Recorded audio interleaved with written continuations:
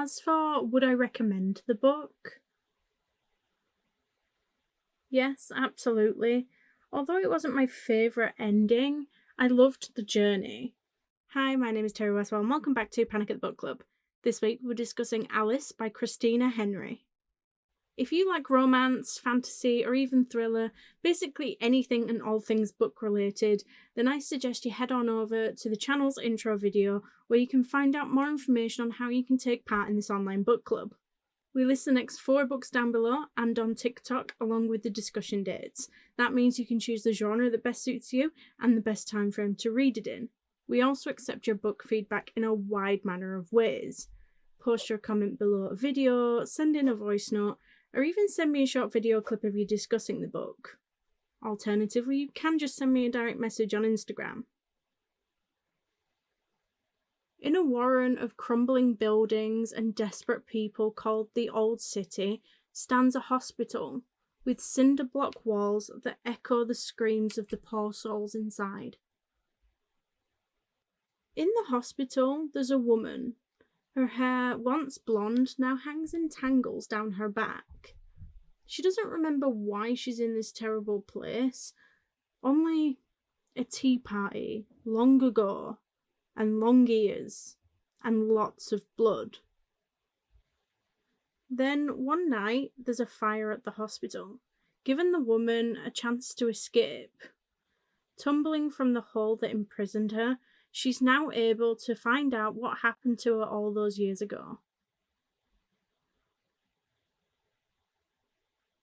Only something else escaped with her. Something dark and something powerful. She will need to track the beast to the very heart of the city, where the rabbit is waiting for his Alice. Just your friendly spoiler alert, if you haven't read this book yet, I would suggest going doing that first, because beyond this point there'll probably be spoilers. So, this might seem like a really weird comment, but the chapters in this book were, obsessively consistent. So when I'm reading a physical book, I like to tab each chapter and take note of how many pages were in that chapter. Well, with this book, each one had 17, 18 or 19 pages, which I don't know if that's super common, but it's not something that I've ever noticed before. I know some writers like to have a goal, like a rough word count for each chapter, but this one just seemed obsessively spot on every time. Anyway, considering 18-page chapters, it really would depend on your reading speed, but the text was quite big and spacious, and it was really easy to read, so for me, they were quite ideal chapter lengths.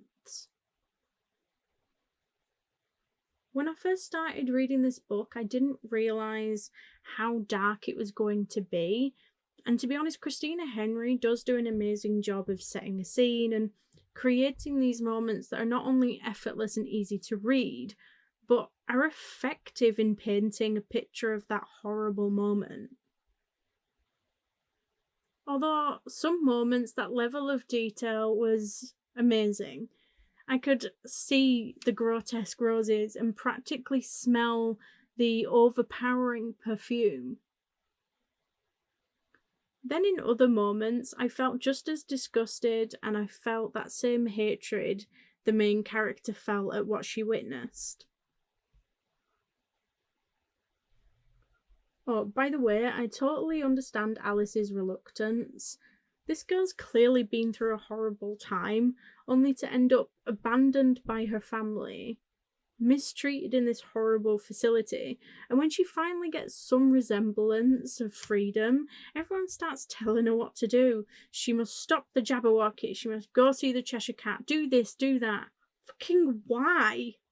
She just wants to be left alone. She's had a horrible time, and she just wants to go home, wherever the fuck that is. I mean, she had to go and she had to do these things, only she could do it, but still, give her a break.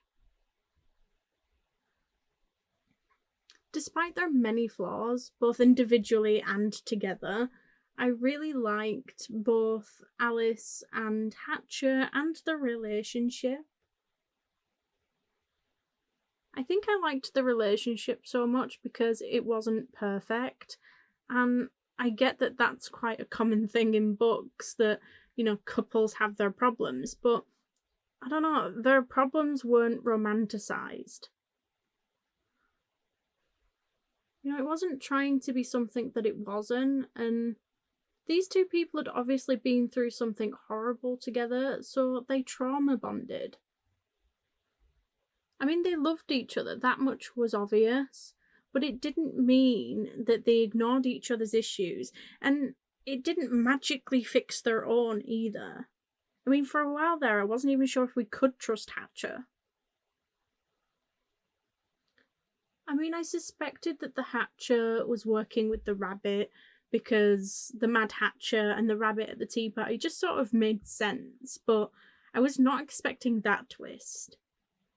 I've got glitter everywhere.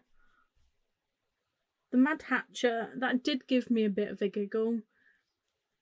I loved Alice's adventures in Wonderland, so I really enjoyed capturing those moments that were from the original and made its way into this story. There was the cake that made them shrink, and the hole that makes you wonder if it goes all the way to the centre of the earth. Even the way that they incorporated how the Cheshire has his own way of appearing and disappearing when he wants.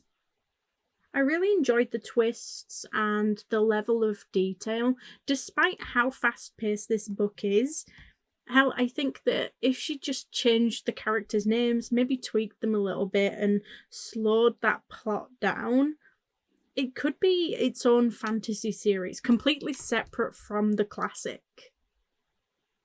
However, and believe me, I hate it when there's a but.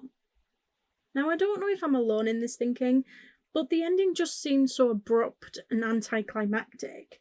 Like, the book may be fast-paced, but that ending was even faster. I mean, all of that only for the rabbit to be patiently awaiting his death and the Jabberwocky to be turned into a beautiful butterfly. Like, I don't know, it wasn't a terrible ending, but I just wanted more. I don't know what it is that I would have preferred. I think I just needed some more excitement or something. These books do make me laugh sometimes when they have those moments of, how is that even possible? Magic. As for would I recommend the book? Yes, absolutely. Although it wasn't my favourite ending, I loved the journey. And it's a reasonably short book that's super easy to read. And although it's dark, it also has its sweet moments too. Although maybe that's because of the nostalgic feeling I got every time I could recognise a reference. I thought that the characters were written really well, and it was just really easy to get sucked into the world. So, will I be reading more of Christina Henry? Yes. I do have Lost Boy, which is the Peter Pan retelling by Christina Henry, and now that I've read Alice, I'm definitely more intrigued. Also, I think I'll be adding the next one in the series, The Red Queen, to my TBR as well. But let me know what you thought. Did you enjoy the book? Next week we'll be discussing Daisy Darker by Alice. I'm going to take a wild stab in the dark here and say her name is pronounced Feeney. So don't forget to get your comments and thoughts in by Monday the 4th of March at the latest to be a part of the discussion. You can now do this on YouTube, TikTok or Instagram. The following week we'll be discussing Afterlove, but don't forget, if you do need a little bit longer to read a book, we do now list the next 4 books down below and on TikTok, along with the discussion dates. That way you can choose the genre that best suits you and the best time frame to read it in. Thank you all for joining, and if you like this video, please don't forget to like and subscribe. It is always appreciated, and I will see you all next week. Bye.